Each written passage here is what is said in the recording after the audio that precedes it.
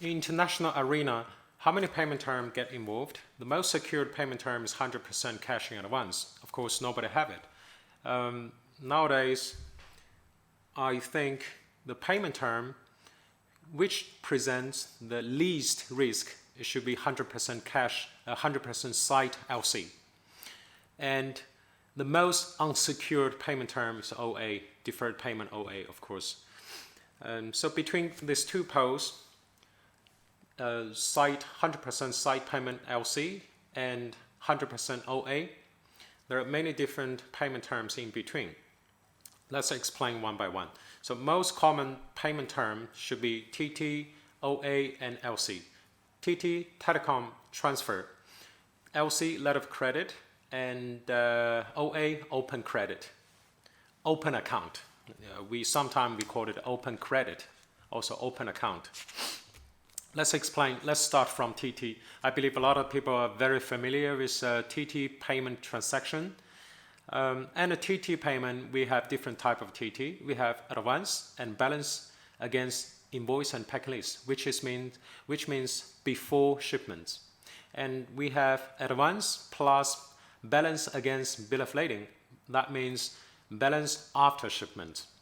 Also, we have advance against bank guarantee and plus the balance. First one, TT payment, advance plus balance before shipment. For me, I'm doing a construction raw material supply, so I will take advance like 10% to 30% and balance normally before shipment. Why I can take only 10% advance, then we will feel comfortable to start production? That is mainly because the construction raw material, you can easily resell it. How many factors we need to look at before we decide how much risk we want to take, and what type of the payment term you want to propose to a client? I have listed below 6 points, 6 factors. The most important is clients, of course. If this is your reputed clients, regular clients, most loyal clients, you have been dealing with these clients for many years, and these clients never back out from any payment, from any contract, or this is a client's purely doing trading or keep stock, and from time to time you heard bad news about this client. So you should have a clear understanding what type of the clients they are, or if they are a benchmark in the market, if they are market leader, or they're just a small size, a random client, a small trading house, a small warehouse, not so reputed or not so strong in the market. So before you start any deal, you have to understand your client, because client is most important. No matter another 5 factors, no matter how bad it is, no matter how bad they are, the other 5 factors, no matter how bad they are, as long as you handle your clients well, you can always get paid. For example, you guys must know I have 1.33 million LC from most loyal clients. That LC get delayed for 2 to 3 months, and I don't worry too much, because I have been dealing with this client for last 8 years, and this situation happen a lot. They always place the order, and without advance payment, we will start production and we hold the material on port, and we will ship the material after we receive the LC. It's always like that. Sometimes they issue LC on site, on time. Sometimes they delay LC a little bit, several weeks. This time they seriously delay for almost 3 months. That is mainly because the client cannot get paid by their clients, but intentionally they don't have any willing not paying you or delay the payment on purpose. So that's fine for me. Okay, let's talk about TT. You have advance payment and you have balance before shipment. So how many % advance payment would you consider? That depends on, first of all, if your client is a good one. Second, second one is, what is the end use? The end use, that means end application. For example, this client buy this material, buy the goods for their own production and for back-to-back order, or even to a project-owned big project, government project. So in that case, it's very secured. You don't have to worry too much.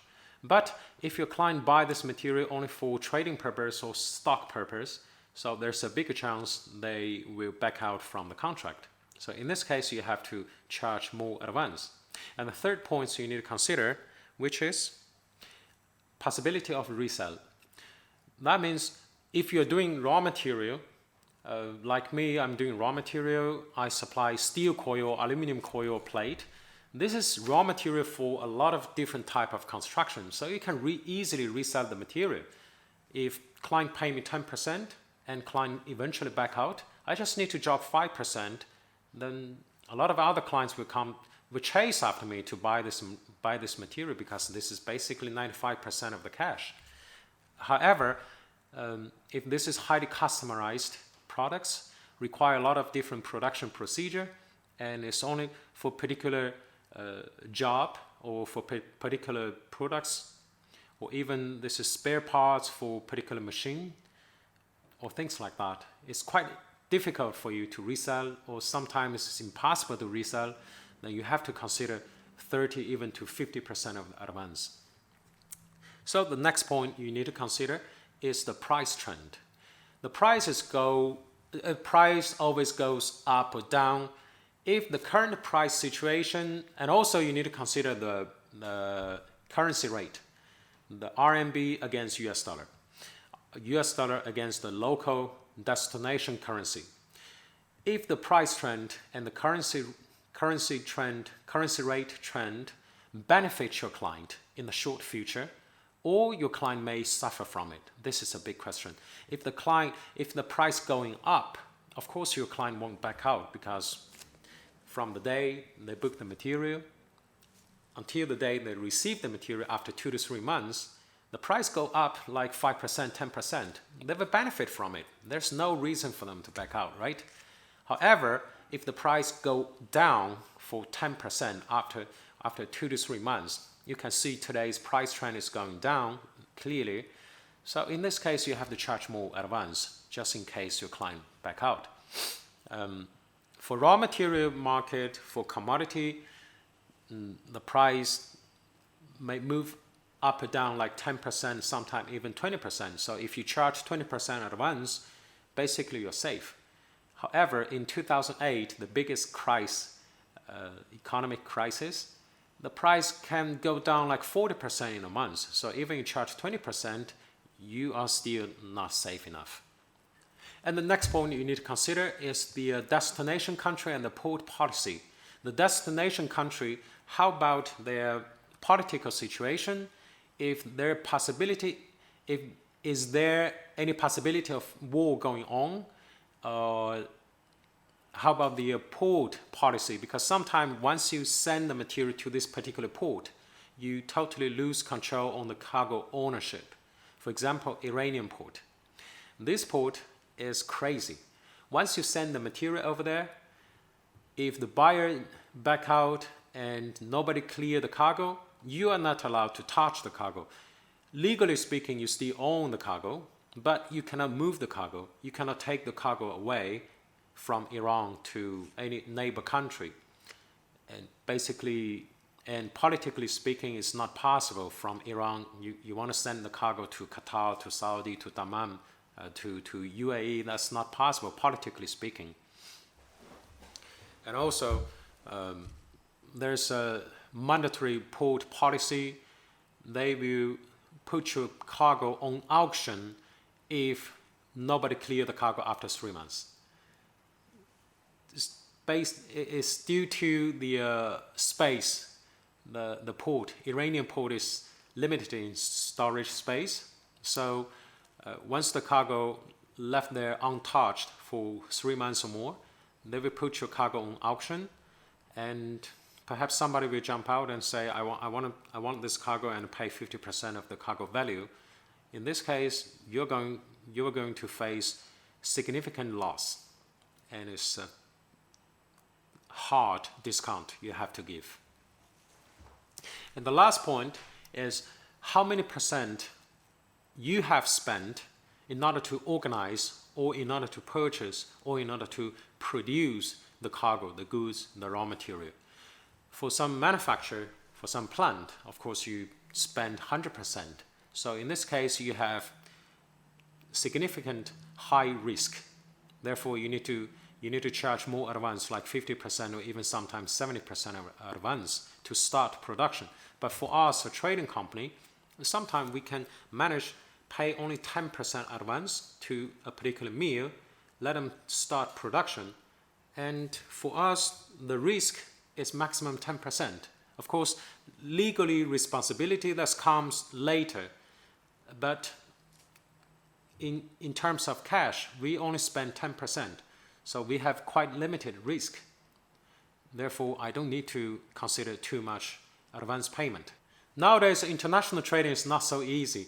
So we have to take certain level of risk in order to win the order, but we don't want to take unnecessary wild risk.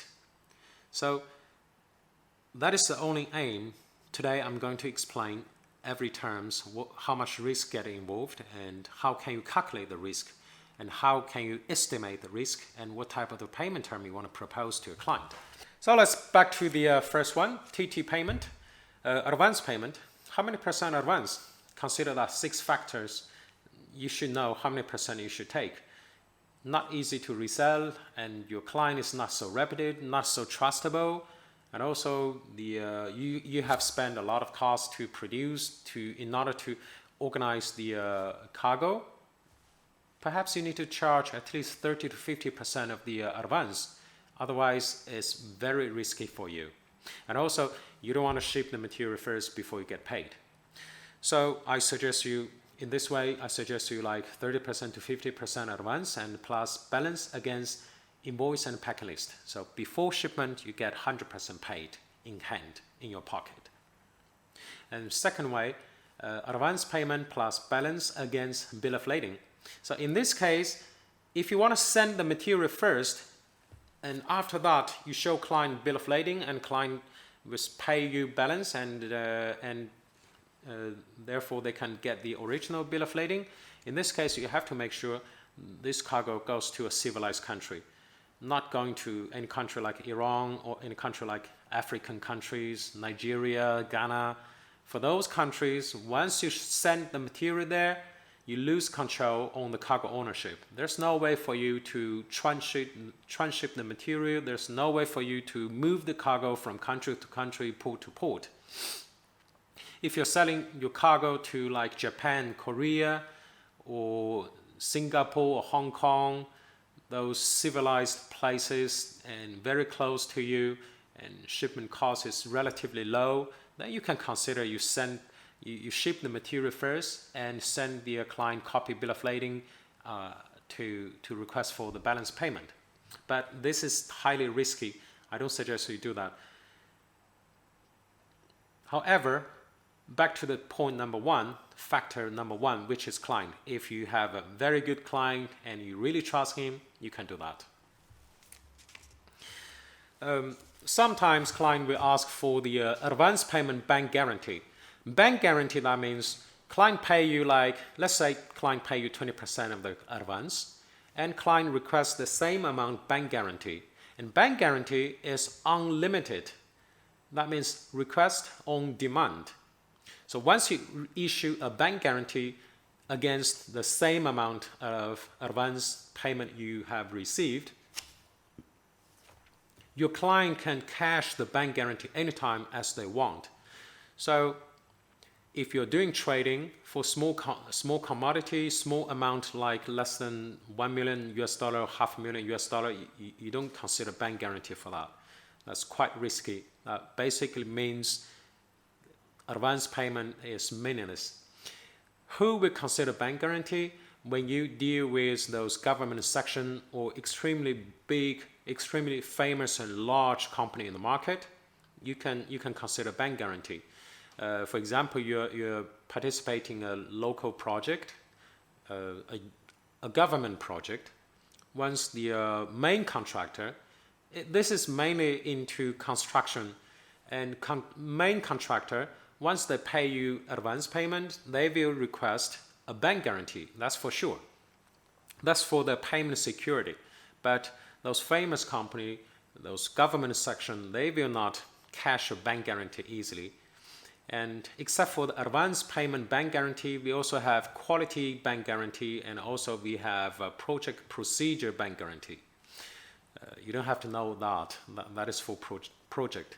I just let you know, any bank guarantee is unlimited. Anytime your client may cash your bank guarantee without notifying you, without your approval. So just do not consider bank guarantee. Okay, for letter of credit, it's quite secured and quite safe. However, letter of credit is very expensive. So if you're doing small amount, less than 100,000 US dollar, surely there's not necessary for a letter of credit get involved, because every letter of credit will cost you like $2,000 to $3,000 only handling the letter of credit. In terms of LC handling, the bank will charge you many different type of fee. LC handling, LC interest fee, a lot of different names. So basically, for one back-to-back LC, we are a trading company, we do back-to-back LC. We receive the LC from our client, we issue the same back-to-back LC to our supplier. Only to handle this back-to-back LC, we're going to pay like $2,000 to $3,000. And the more amount, the more fee, the more expensive we're going to pay to the bank. So normally we will start to use letter of credit from, let's say, 100,000 US dollar. Less than that is meaningless to handle LC payment. But LC payment is really much more secured and much more comfortable to me, as long as the LC is clean and workable. LC, you also have deferred payment LC, you have side payment LC and deferred payment LC. But deferred payment LC, there's another way to call it, it's called USANCE LC. USANCE, USANCE LC. LC side, that means once you present the documents, the LC application bank, based on checking the LC documents and found no discrepancy within 7 working days, they should perform the payment. LC deferred payment or USANCE LC, there's a particular date. For example, 90 days from the BL date, bill of lading date. The LC application bank should pay within 90 days. Of course, sometimes they will delay the payment a little bit, but it's not a big issue. So what is the risk in terms of LC payment? Actually, I have another course particularly talking about LC, every term and condition. There's a lot of risk getting involved. If you don't know exactly what those terms and conditions means, you may suffer a lot. You may end up with a lot of discrepancies. So to handle LC, you have to own a professional LC checking and document making, document follow-up teams. Otherwise, it's really hard. But basically, let's talk about, except for the documents handling, except for the discrepancies, let's talk about LC in terms of LC delay issue. A lot of situation is client want to issue the LC, but due to the internal approval procedure taking too long, sometimes 2 to 3 weeks. Reason is simple, due to public national holiday, or due to some signatory is out of town, so nobody signed this LC application form. Therefore, the client cannot send the application form to the bank to issue the LC. Sometimes this procedure takes 2 to 3 weeks. So if one LC issuing take 2 to 3 weeks, there's a possibility for you to miss the latest date of a shipment, which gonna be a discrepancy anyway. And sometimes your client issue LC really quick within 3 days, but the LC is not clean and workable. So you may end up with this discrepancy in many ways. So after you check in the LC, you found this term and this term and this term is not clean, and you ask for LC amendment, and client may take long time to amend it, or sometimes client just feel reluctant to do additional job to amend the LC. So this is the risk. Again, if you trust your client, you can let it go. If you don't trust your client, if this is a new client, you have to stick to the rule, stick to the UCP 600, ask your client to amend the LC again and again, and until you have the clean and workable LC, you start production. Okay, so except for TT and LC, there are actually another two ways to make payment, which is DP and DA. DP is documents against payment, and DA is documents against acceptance.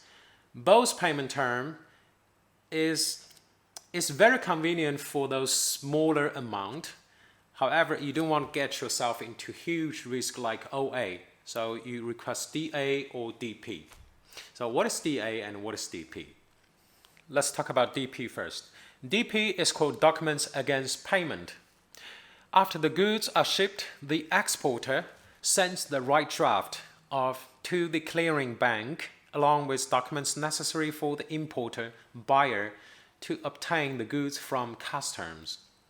The buyer has to settle the payment with the bank before the documents are released, and he can take delivery of the goods.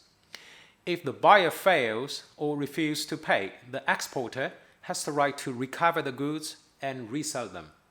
So this is the official explanation about documents against payment. Let me explain it again in an easy way. Documents against payment, that means you will have to present your documents through your bank to client's bank. And if clients accept to make payment to his bank will release the original document to your client so your client can get the cargo. If your client refuses to make payment, at least you can retrieve the original documents and therefore resell it. So your risk is non-payment from your clients, but you will not lose control on the cargo ownership. However, DA is quite different. Let me read for you what is the official explanation for DA. DA, documents against acceptance. The DA transaction utilizes a term or time draft. In this case, the documents required to take possession of the goods are released by the clearing bank only after the buyer accepts a time draft drawn upon him. This is a deferred payment or credit arrangement. Deferred payment. The buyer's assent is referred to as a trade acceptance. What that mean?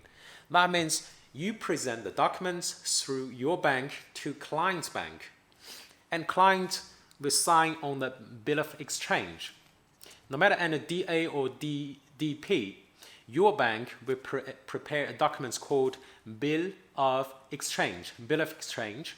So once your client sign on the bill of exchange, that means he accepts to make payment in a particular period or within particular dates. For example, DA 90 days from bill of lading date. So once he signs it, he is legally bound to make payment within 90 days after bill of lading date. So once he signs the bill of exchange, he will retrieve the original documents from his bank, therefore he can take the cargo. However, you, instead of receive the payment, you receive a signed bill of exchange and you have to wait for 90 days for the payment. And the DA, there's a risk. In terms of the letter of credit, the bank is the first payment responsibility holder. They're legally bound to make payment to you, no matter the buyer want to pay or not. However, under DA, the bank doesn't hold such responsibility. The client is the one is legally bound to make payment to you. However, if your client refuses to make payment within given period, the bank will have no responsibility and the bank is not obligated to help you for the payment. The maximum help the bank can accept is to send a message to ask your buyer, would you like to pay? So if the buyer dishonor the trade acceptance, the only choice for you is to present the signed bill of exchange to the court and file a case against your buyer. Legal action.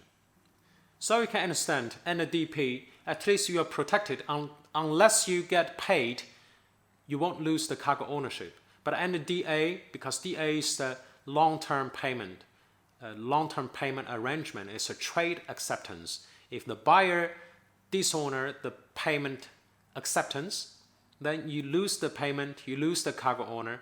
The only thing you can do is to file a case against the buyer on the court. And that's gonna be a lot of headache. Okay, I have downloaded a picture showing the procedure of DP and DA payment flow. All started from here. DA and DP actually share the partial procedure. To the certain point, we have DP and we have DA. Okay, let's check it out. Let's start from here. The seller creates invoice, bill of exchange, and bill of lading. Invoice, seller make it by themselves. Bill of exchange, by themselves. Bill of lading, issued by the shipping company. The first step is the seller sends original bill of lading and bill of exchange to the bank, to its own bank. Seller's bank sends original bill of lading and bill of exchange to buyer's bank. Here's the buyer's bank. And buyer's bank, after receiving all these documents, he will call the buyer he will notify the buyer of arrival of the documents. In the meantime, this is seller. Seller goes to the shipping company to get the bill of lading and copy of invoice. And the seller also sends buyer invoice copy and notice of shipment, normally by emails. And goods will go to a destination bonded warehouse or destination port storage space with copy of invoice and copy of bill of lading. So this is the similar procedure shared by DP and DA before this point. And after this point, we have DP goes this way and we have DA goes this way. Buyer goes to his bank because buyer received the notification from the seller and also from the notification from its own bank. So the buyer goes to his own bank and accept bill of exchange. Of course, the given condition here is buyer accept the bill of exchange by signing the bill of exchange. However, in reality, the buyer, for certain reasons, the buyer may refuse to sign bill of exchange. That means buyer refused to make payment. So in this case, you can retrieve the original documents, you can recover the cargo ownership, and you can resell the material, resell your cargo. So under DA or DP, the first biggest risk is non-payment from your buyer. And the buyer held non-legal responsibility if they refuse to make payment and refuse to sign on the bill of exchange. The buyer can reject the payment at any grounds, at any time, and holds no responsibility whatsoever. However, once buyer signed the bill of exchange and the buyer's bank will release the original documents to the buyer. Okay, let's say in DP, for documents against payment, so buyer will pay his bank immediately at site. Buyer receives the documents, original documents, bill of lading, and goes to the bonded warehouse and presents original bill of lading and receive the goods. In the meantime, the buyer's bank received the payment from the buyer, so the buyer's bank can send the money to seller's bank, and seller's bank deposit money to seller's account. This is DP procedure, and this procedure is done. And the DA procedure for documents against acceptance. The seller, instead of receive the payment, the seller will receive a signed bill of exchange from buyer's bank, which is a payment promise. DA normally is a deferred payment. The buyer agreed to pay, let's say, 90 days from the bill of lading date. So the seller's bank will give buyer original bill of lading. So here, the same. Buyer will present original bill of lading to the bonded warehouse and receive the goods. And the seller's bank just give the signed bill of lading, bill of exchange to the seller. So the seller, exporter, from this point, you receive the signed bill of exchange. You start to wait. Wait 90 days, let's say 90 days from the bill of lading date. You wait for your payment. If buyer pays seller within terms, within 90 days, okay, finish, the procedure is done. If the buyer refuses to make the payment, the only thing you can do is to push the buyer for the payment. And eventually, if you still not get paid, you can file a case against the buyer on court. That is a legal action. And in this case, the buyer's bank holds no responsibility to retrieve, to make payment to you. Of course, a signed bill of exchange is a strong evidence. Any court in any civilized country will take it as a strong proof against the buyer for its payment. So legally speaking, they're bound to make payment to you. However, in reality, this is a lot of headache and a lot of procedure, a lot of money has to be spent on this legal action. So this is the biggest risk for DA. The buyer may refuse the payment or the buyer may delay the payment on purpose. Okay, now is the last term, OA. OA is called open account or open credit. OA is basically no guarantee, no bank get involved, nobody will protect your documents. You just send your documents to your client and given a certain period of payment time, for example, 90 days from bill of lading date, it is only written in a contract. So your cargo ownership or your payment, the payment acceptance is not protected whatsoever by any court or by any bank. It's purely about the trust. Because there's no bill of exchange, there's no letter of credit, there's no bank getting involved. So in OA terms, there's one given condition, which is your client must be a reputed one. You must trust your client so much that you can propose OA or open credit payment term to this client. In reality, OA payment term is normally combined with credit insurance. If you're simply doing OA and you're not apply credit insurance, you must be crazy.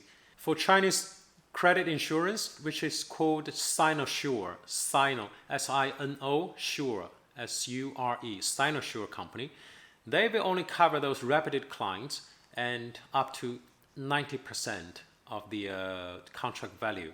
So no matter how, you're going to face at least 10% risk. So if you're doing OA, it's better you ask 10% advance from your client.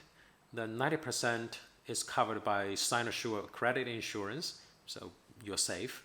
However, in reality, if your client refuses to make payment, it's really hard for you to get paid from Sinosure. Any insurance company, if you want them to pay you, it's a headache. Just remember that. And there is a similar payment term like DP is called cash against document. And the DP, documents against payment, there's a bit of exchange get involved. So the bank will protect your original documents. However, cash against document is basically like an OA. You send the documents to client's bank and clients simply take away the documents and make the payment to the bank. If clients take away the documents and refuse to make the payment to the bank, since there is no signed bill of exchange and a CAD, cash against document, you don't even have proof to file a case on court against your buyer. Cash against document only for those extremely loyal clients and for very small quantity, because there's no protection whatsoever. It's just like OA. The only difference is cash against document is a side payment OA. And when we talk about OA, it's normally deferred payment. So OA 60 days, OA 90 days. And no matter how many days we mention there, normally these days start from bill of lading date. This is because bill of lading date is very clear written on the bill of lading. So normally we start to calculate from bill of lading date.